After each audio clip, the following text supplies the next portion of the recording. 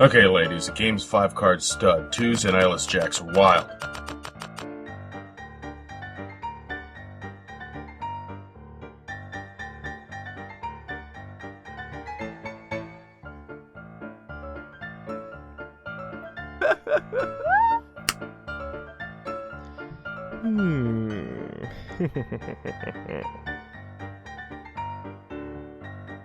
Damn, I got nothing. I fold. What is going on here? Sorry to say, dead man's hand. I'm out. I'm gonna go grab a beer. Hey there, boils and ghouls. Sorry I missed my little intro. I was caught up in a quick little game of life and death. And why not try out your luck tonight with one of my favorite stories, Back from the Grave. 4 kings. You guys are fucking weird. Oh, hey, you got pickles. Tall, thin, and faceless.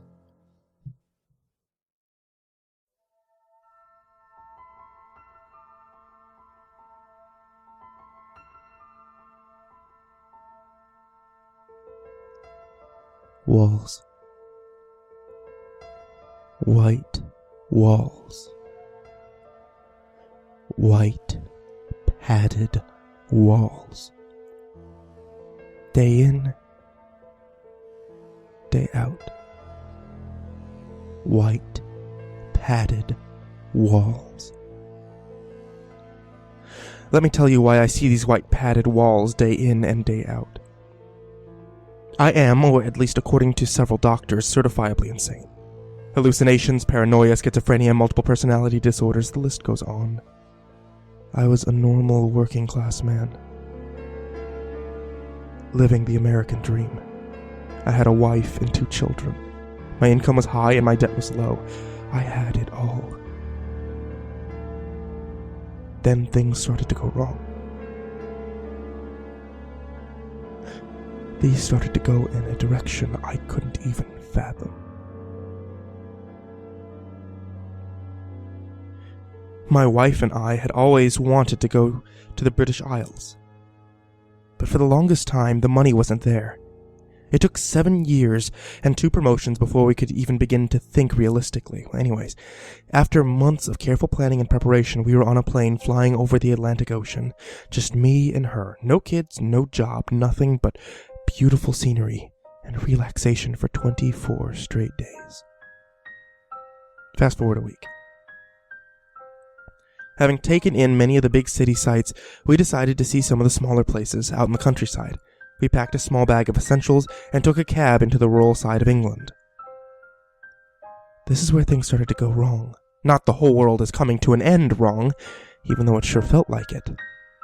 Just wrong.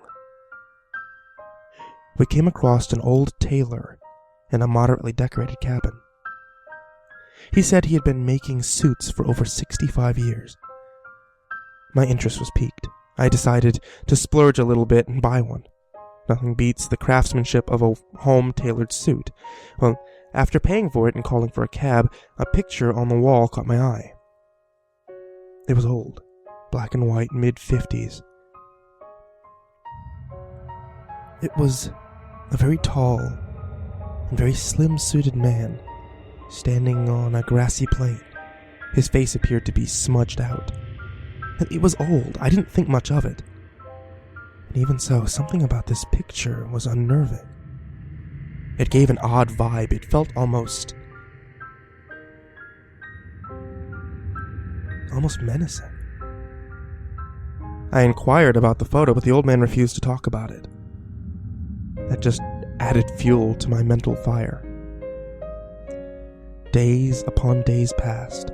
My wife and I took in every sight, every castle, every grassy knoll that we possibly could, but alas, eventually, we had to go home. Part of us wanted to stay, but we were exhausted. There was no way we could spend any longer there. Our flight back home was vague, as we were both asleep most of the time. The drive back home was hazy. We just wanted to relax, and as I pulled into the driveway, something was off. Something didn't feel right. I got the same feeling I had when I saw the picture inside the Taylor's home. It was a feeling of dread and curiosity. I didn't want to continue, but my mind forced me to.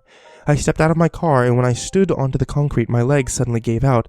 I felt the ground into my right hand and found myself unable to force myself up.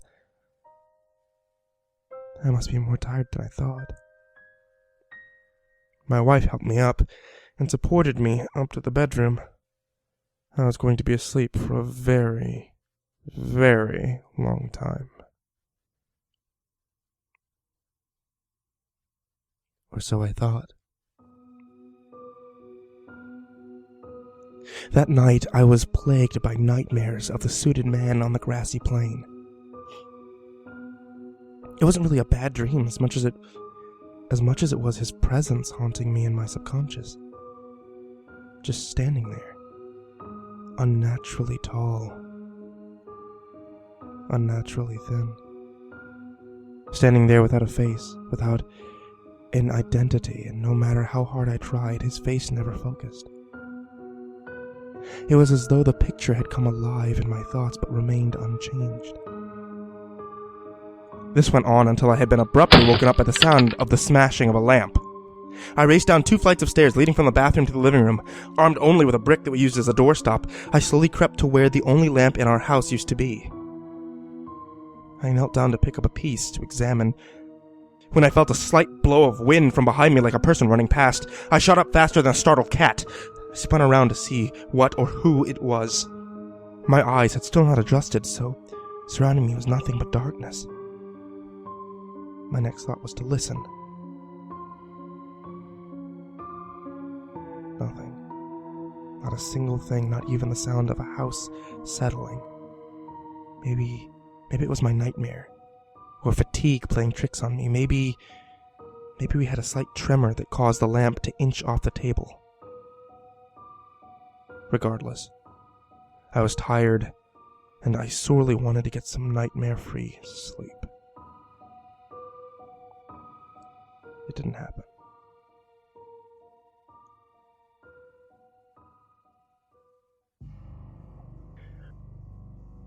Throughout the rest of the night, the slender man was everywhere within my dreams.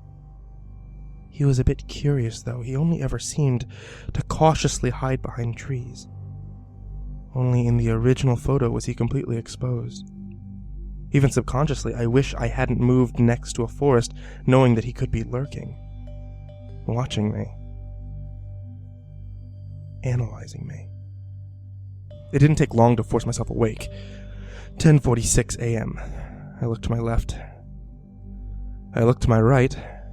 My wife was calmly sleeping. Lucky her. I dragged myself out of bed and slowly made my way downstairs.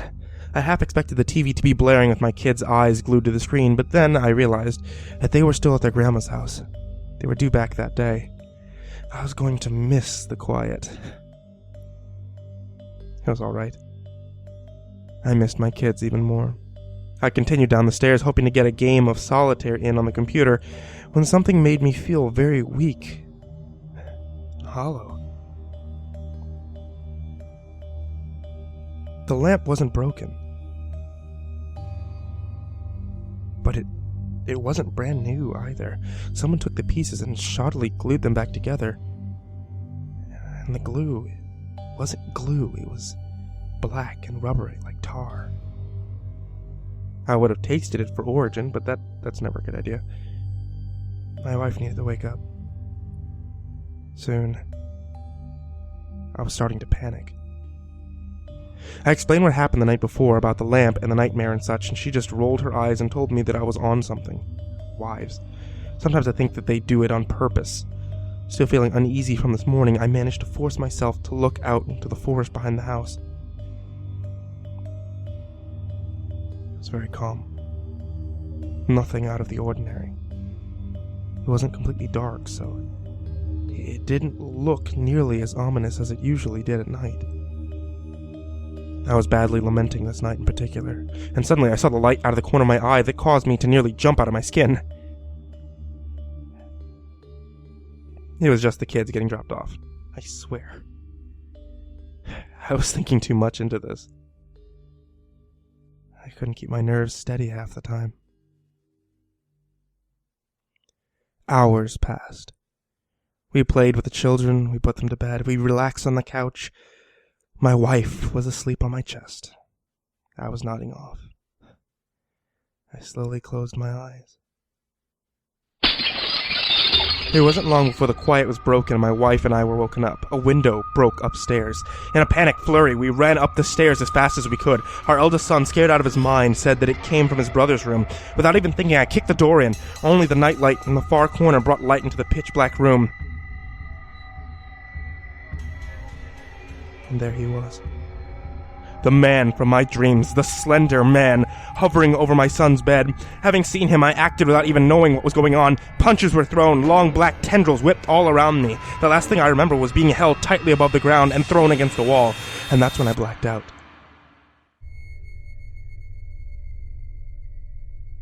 When I came to, my wife was in tears. I had 3 cracked ribs. My son was gone. The slender man had my son, and there was nothing I could do. But I knew he was going to come back. And that was when I would get him.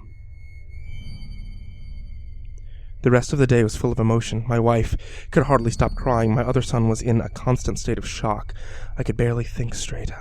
I did, however, manage to call the police. I told them that my son had been abducted by a man in a long black suit. I kept the details of the tendrils to myself in fear that they wouldn't believe me, but that was the least of my worries. I needed to figure out when he would return. The police showed up and took each of our statements. They examined my son's room. They did a quick scour of the forest outside. It seemed not a single piece of evidence was found. They began to leave when something hanging from a very high-up branch caught their eye. It was a piece of material. Black, pinstriped. Much like the suit that I had bought when I was on vacation.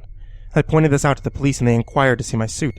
I gladly showed them the way, and when they opened the closet door,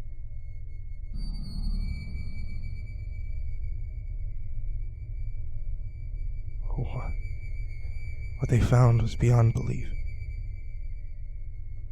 Wrapped in my now tattered suit was my son, completely drenched in blood. He didn't look conscious. Both myself and the police were shocked and disgusted.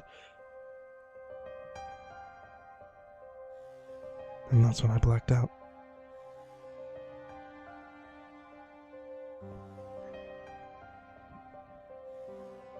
When I came to, I was in an unfamiliar place. Gray painted walls, small windows. On one of them, one exceptionally bland table, gray. Great. I was in an interrogation room. I sat there, alone for the good part of an hour before actual human life entered the room with me. Now, my memory is a bit hazy at this point, so I'll try to sum up the conversation as best as possible. The officer had said, "Your son didn't survive. Deepest sympathies to you and your family. You've not been proven guilty, but evidence leans towards it. A further investigation must be held. You'll be brought back home, but you will be under constant supervision." And so on, and so forth.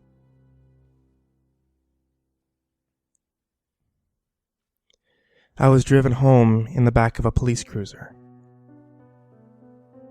Last time I was there was in high school, when vandalism was the cool thing to do. I was welcomed with open arms from my still sobbing wife and emotionless son. Going back wasn't easy. Thankfully, we didn't have to stay long. The police explained that we were going to stay at a hotel for a few days. We gathered our things when a picture from our fridge caught my eye. It was a picture that my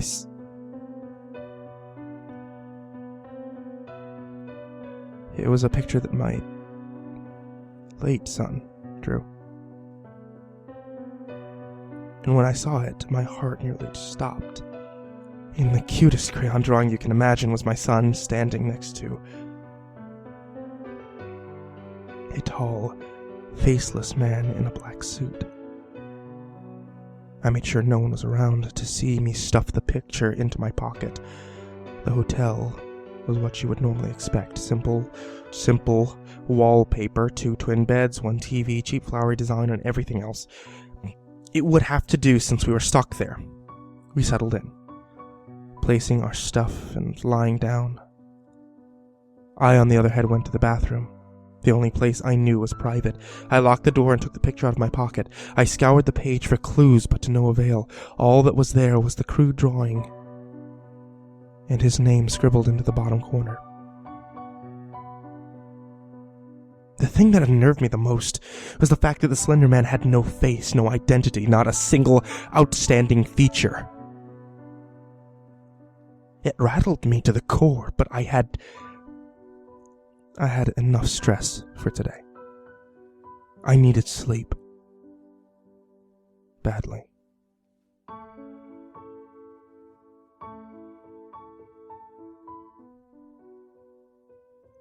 The night was rough, but I still managed to. Not a single dream with the Slender Man either. Then a banging came from the door. Being half asleep the whole time, it scared the shit out of me. I turned to my right. 5:14 a.m. Heads were going to roll. I dragged myself out of bed and very slowly opened the door. There was a police officer that drove us here. He had a look of panic on his face. He said my son was missing. Nothing clicked. It took me a minute to wake up and grasp reality again. My son's body was missing. Snatched right from the hospital, but this time I knew where he was. I had to get back to the forest. I had to find the remains of my suit. It was the only way to stop the Slender Man, but I knew that it wasn't going to be easy. I had asked the police officer if he could drive me back to my house, as I had forgotten something. He pondered a moment and then obliged. This time, I had been allowed to sit in the passenger seat. The ride was quiet. I tried to get some sleep. He didn't start any conversation. When we got there, I was careful to make sure no one else saw me. I entered the house through the front door and quickly escaped out the back and headed for the forest. It was still very dark out, so traversing the heavily wooded area was not easy. The only light that came through was that of the moon. So I walked, almost blind, hoping to find some scrap of my suit. It seemed to be impossible, until amidst the darkness I saw a scrap of paper. The white of it stood out like a sore thumb. I leaned down to pick it up, and when I turned it around, what I saw completely horrified me. It was us, my family. My son drew us in with the Slender Man, and I saw a beam of light. It was the police officer. I ran up to him and showed him the picture. I explained that my family was in great danger. All he told me was that there was nothing that he could do. He said that we should go back to the car and we should go back to the hotel. A million thoughts ran through my head. Should I concede? Should I resist? What I did next is peanuts compared to what was about to unfold, but I didn't know, and I looked back. I didn't want to. I gave in to the police officer's request and began to head back to the car. While he had his back towards me, I picked up a fair 6-stone and brought it down upon his head. He staggered a bit and fell to the ground. I took the car keys off of him and ran to the car. It was still dark. I needed to get back to the hotel. I screeched to an immediate halt in the hotel parking lot and ran towards the door where we were staying. I swung open the door to behold the one thing that I was trying to prevent. Amidst all the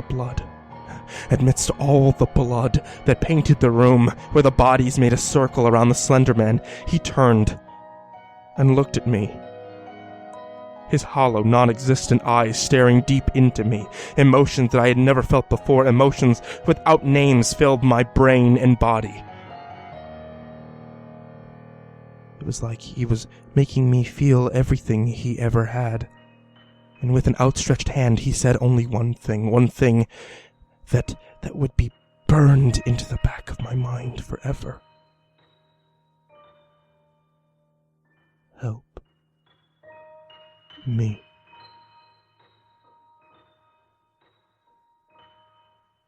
Sirens came from behind me.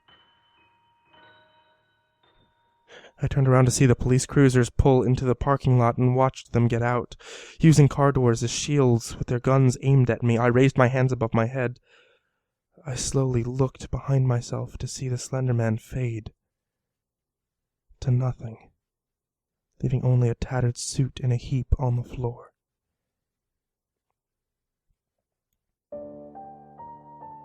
He killed my family. My life would never be the same, and yet something told me I was never going to see him again. I would never be able to exact revenge even if I figured out how to.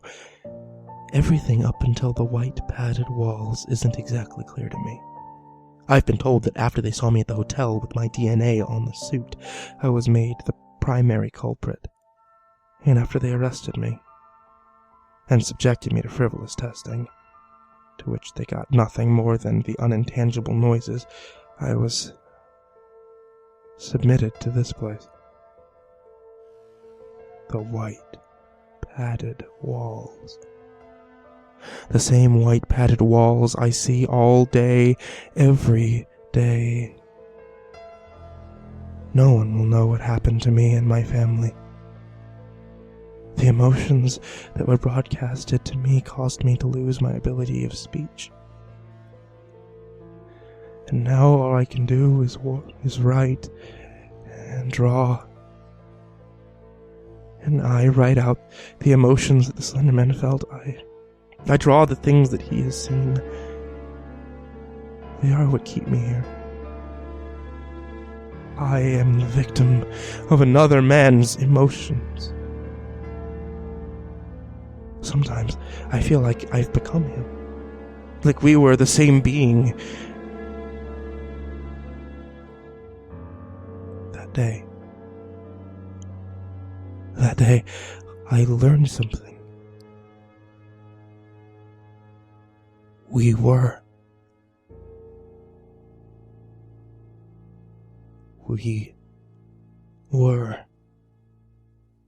slender.